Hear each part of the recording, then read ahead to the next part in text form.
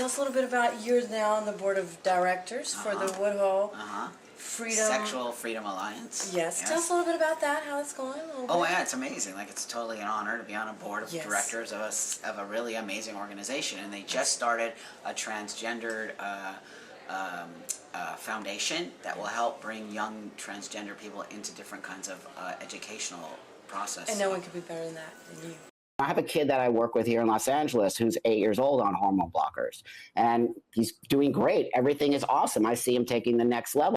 Hi, my name is Mariana, and I'm a TERF. A TERF who is constantly late to trends in the TERF community because it takes forever to make a video. Hey, better late than never, right? I know the whole dunking on Buck Angel thing is so 3 weeks ago, but you know what? She's an evergreen topic in the TERF community. I'm sure this video will be relevant again eventually. She becomes TERF news every couple of months, so if you think about it, I'm actually early. In case you don't know, Buck Angel is the most famous quote-unquote non-leftist trans man. She's regularly featured in conservative media, as shown in the past few clips. Conservative influencers support her even though she's a pornographer, and not really conservative if you actually look at her values. But she says stuff like trans men aren't the same as biological men, so conservatives like her, even though she argues that transgenderism should ultimately be allowed. She's like the woman version of Blair White. She tries to promote transgenderism and make it seem more rational by combating trans activists who outwardly appear more extreme than her, even though, as you'll see later, she's actually similar to Lily Tino. According to this tweet, her birth name was Laura, but according to her official website, she eventually changed her name to Susan. I don't know, should I call her Laura or Susan? Susan is funnier, so let's go with that, as long as it's female, and I can maximize my transphobia. Weird how she has so many names though. Like, according to court documents from the Transgender Law Center and this Advocate article, she used to go by the legal name Jake Miller. 4 different names. That's not shady at all.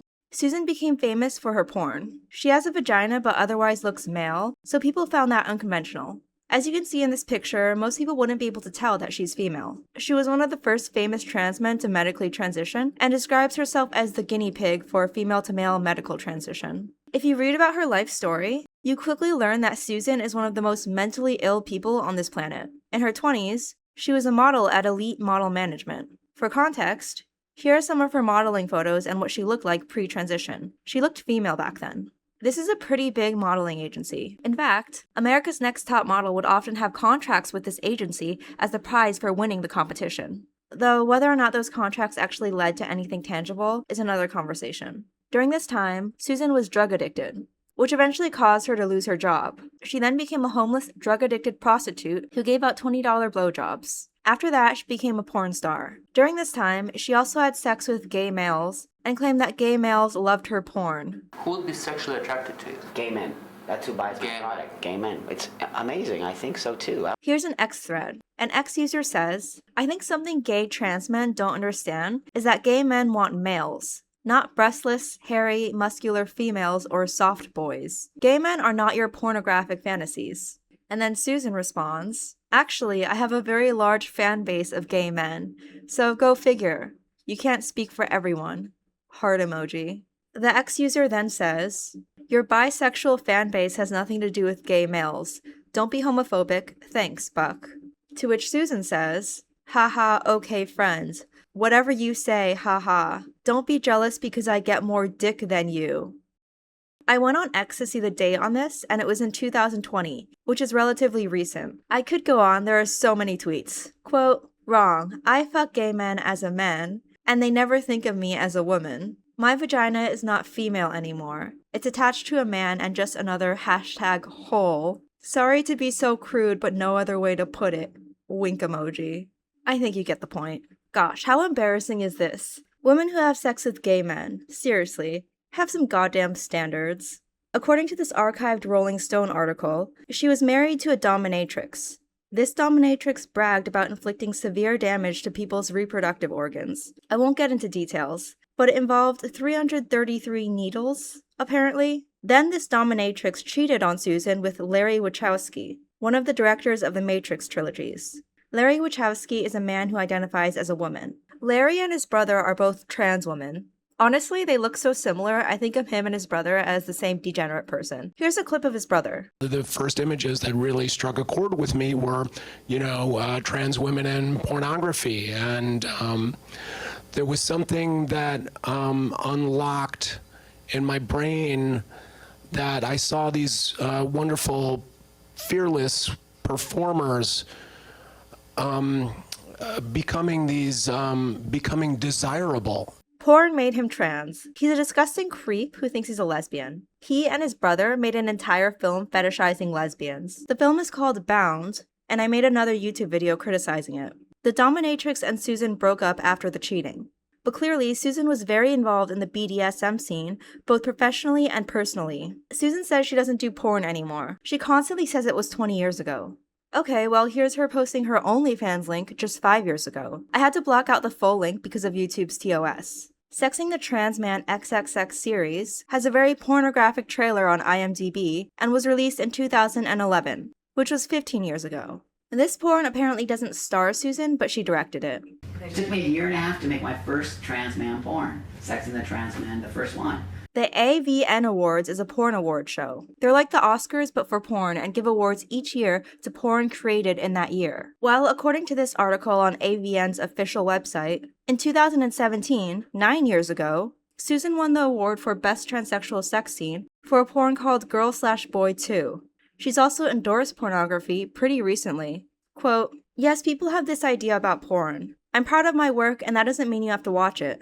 Porn is not for everyone, just like other things. It's a legal business. But I thank you for seeing my intentions, smiley face." Here, she says, quote, "The LA Weekly called me legendary porn performer. My mom is so proud, and this photo is awesome." Here, she says, quote, "Pornography has always been important to me. When I was female, I would watch gay porn all the time and pretend it was me. Smiley face. Love, Trampa." She hasn't really denounced porn in any meaningful way. Like, the only reason she doesn't do porn anymore is because pretending to be conservative pays more, and conservatives don't like that she's a porn star. You can leave the porn industry and still be accepted by the radfems, but you have to be honest about your past, and also condemn porn completely. I'm not someone who is super gatekeepy when it comes to radical feminism, as you can tell. I have views that are different from the typical radical feminist. But most of my views are radical feminist, whereas Susan is basically the opposite of radfem. Do you have any regret of your time in the pornography industry? No, not at all. Not at all. Do you think it's a moral problem? Moral, I don't think so. What I think is that it's a problem to do with money. Again, it comes back to money. So the more money these places make, they don't have any more morals, and they don't have any more space because they're just wanting to make money. And that's really what pornography is about. Pornography is about making money. That's all it is. I'm in that industry. I understand it. It's all about the dollar. The fact you worked in the pornography industry, yes. I look at you as like a sexual drug dealer. That's okay. Yeah, I understand that. You're producing content that will kill people. Well, I don't agree with that. Depression, isolation. But they probably already had depression and isolation prior to the pornography. Look, I'm going to say this as like, from a personal perspective, it destroys lives. It does. Well, yeah, so do a lot of things. So does alcohol, so do cigarettes. Susan also has her own line of plastic sex items that she sells on her website. These products are specifically for trans men, so you know that she still endorses transitioning. She also uses inaccurate pronouns, but you know, it's safe to say that this is a step beyond that. That was fine. Everything was great for me as a child. I didn't have a bad childhood, really, until, you know, the dreaded puberty hits and things happen to your body. And, you know, then I realized, oh my God, I'm actually really a girl.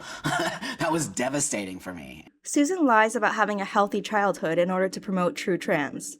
She tries to say that she had mentally healthy parents in order to make trans people seem less mentally ill. But in reality, it seems like her father was physically and emotionally abusive. And then when we got in trouble, he did hit us, physically hit us, which I have mixed feelings about. He did cross the boundaries of sort of discipline and beating. House and had a party. Well, guess what? My parents came home early. Whoa, my parents came home early. And then I remember everyone saying, oh my God, Buck's parents are home, jump. Everyone jumped over the railing and like ran, but my dad snatched me. He beat the crap out of me and said, I never want to see you again. I used to get very nervous around my father. My dad would only know how to react through anger because I think that's what he was taught from his dad. Physical abuse is not discipline, and her father seems like an asshole who was too weak to control his anger. Despite her degenerate lifestyle, Susan was legally allowed to adopt a newborn girl. I have a kid that I work with here in Los Angeles who's 8 years old on hormone blockers, and he's doing great. Everything is awesome. I see him taking the next level. This video was in 2020. Here on her website, in a biography article, there's this sentence, quote, "When he was 10 years old, Buck was caught wearing his dad's underwear," end quote. This is such a creepy and inappropriate thing to write. It's funny, I tell you, I just keep getting emails after email from these kids, from these young trans kids. I mean, look at this. A lot of times they ask me for certain monetary help, which I don't know. Well, I guess I do know why they do that. They think I'm butt-ass rich, and that I can afford to get everybody their surgery. But honestly, even if I was, I wouldn't, because I think part of the transformation is doing it on your own and sort of like coming up with the money on your own. Makes you independent, and it's like, I did this all on my own with nobody's help. It's like, I didn't have to ask anybody. I worked 2 jobs, I did this, I did that. And I think it's important for these guys to understand that, okay, maybe you can't have your chest surgery today, but you could have it in 2 years if you put $20 a week away or whatever. Again, disturbing. Tell us a little bit about, you're now on the board of directors for the Woodhull Freedom. Sexual Freedom Alliance. Yes. Tell us a little bit about that, how it's going. Oh yeah, it's amazing. Like, it's totally an honor to be on a board of Yes. directors of a really amazing organization. And they just started a transgendered foundation that will help bring young transgender people into different kinds of educational process. And no one could be better than that than you. These clips are so easy to find. I don't want to say I don't want to say that, you know, I'm not going to be fucking in my films anymore, but I don't want to. That's not where I want to go. I want to make my series Sexy and the Trans Man XXX. Volume 2 is out, and I'm just doing Volume 3 now. That's going so well for me, and I really feel really awesome being behind the camera and being able to kind of direct and bring more kids, young guys, more porn stars. I don't consider myself a porn star. A lot of people think you're a porn. I'm not a porn star. I did that. It's done. How many young girls did she recruit into porn, do you think? Nowadays, Susan says she's against child transitioning, but how do you know that's the truth? When she's spoken in favor of it so much in the past, back when it was hip and popular to do so. Given that she's a liar and has no tangible credibility for anything, how do you know that it's not just for the grift, to make money off of conservatives? It's naive to blatantly trust her.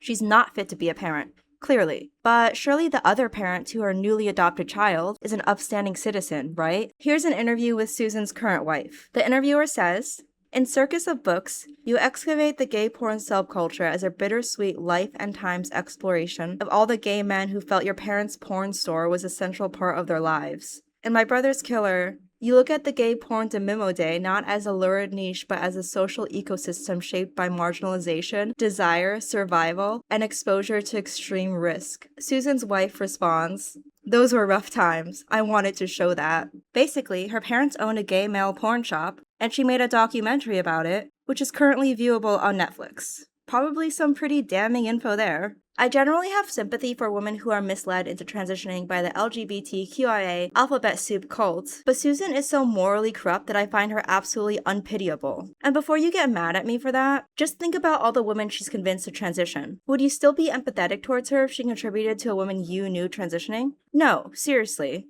To those feminists who support her, whose last name starts with a B and ends with Indel, would you still like her if she convinced someone you cared about that true trans was a legitimate option, and said person ended up self-mutilating? And also, why condone true trans? Which is okay with same-sex attracted people transitioning, but not okay with straight people transitioning? Is that not technically homophobic? Susan and Blair White are the main reasons for true trans, by the way. She's not just some random woman who identifies as trans. Susan has crossed a line morally. People don't have to feel bad for her anymore. The fact that prominent feminists continue to support her is nonsensical and weird. I genuinely don't understand it. When you hate ultras more than you care about feminism, I can't trust you. And whenever anyone voices disapproval for people like Susan, it's labeled as purity spiraling. The psychological manipulation is insane. Susan is a completely untrustworthy, degenerate, self-serving lunatic. The personification of misogynistic retardation. If misogyny were Mordor, Susan would be a giant eagle. The type that transports you to Mordor, not saves you from. She's a crazy person who needs to, and I say this non-respectfully, shut the fuck up. I am normally a civil person, but for the sake of butch women everywhere, I'm not gonna be so nice anymore. You've irritated a femme. Seriously, so annoying. Anyways, that's all for now. Be sure to follow your favorite bisexual TERF with straight-coded energy. Bye!